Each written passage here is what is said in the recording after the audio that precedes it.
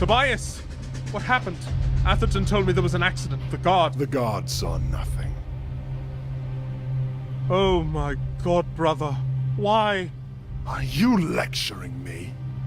Please, Tobias, this is important.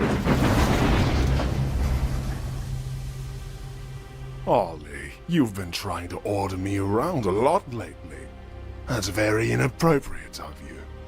You wanted a kingdom, I'm trying to give you one. God, you disgust me. Of all the engines in the world, how did I wind up with a brother like you? Oh, yes, that's right. There you are. Well, go on then. Cry.